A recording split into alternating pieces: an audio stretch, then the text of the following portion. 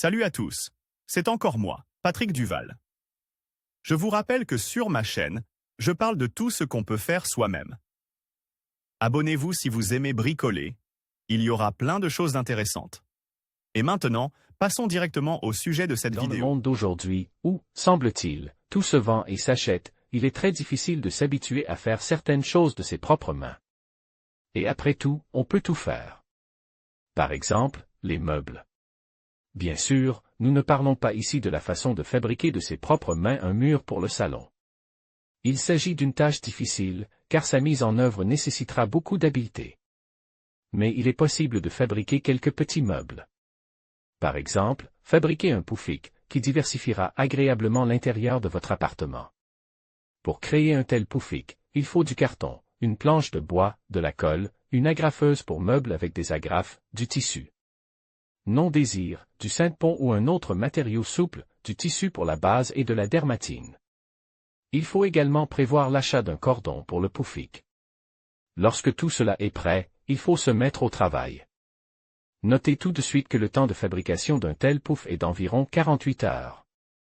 Mais, bien sûr, les matelots expérimentés peuvent se débrouiller plus vite.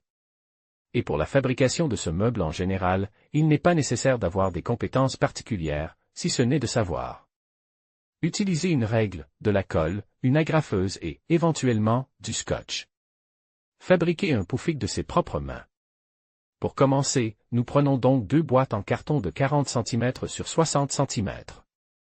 Si vous n'avez pas de boîte en carton, vous pouvez simplement les coller avec du carton. Remarquons tout de suite que nous aurons besoin de beaucoup de carton. Pour fabriquer un véritable poufik, nous avons utilisé du carton provenant d'un ensemble de 8 meubles, comprenant des armoires, une bibliothèque, une table, des tables de nuit, etc. Nous avons placé le carton à l'intérieur des boîtes, en l'ayant préalablement torsade. Il est possible de ne pas tordre le carton et de simplement placer des rectangles de carton de la taille voulue les uns sur les autres. Et de les coller avec du scotch. Vous pouvez également réaliser une base en carton en une seule fois, au lieu de prendre 2 boîtes. Cependant, vous obtiendrez alors un produit très volumineux.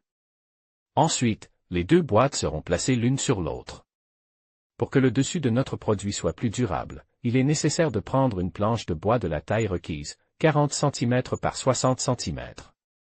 Nous avons assemblé une telle planche à partir de 2 pièces.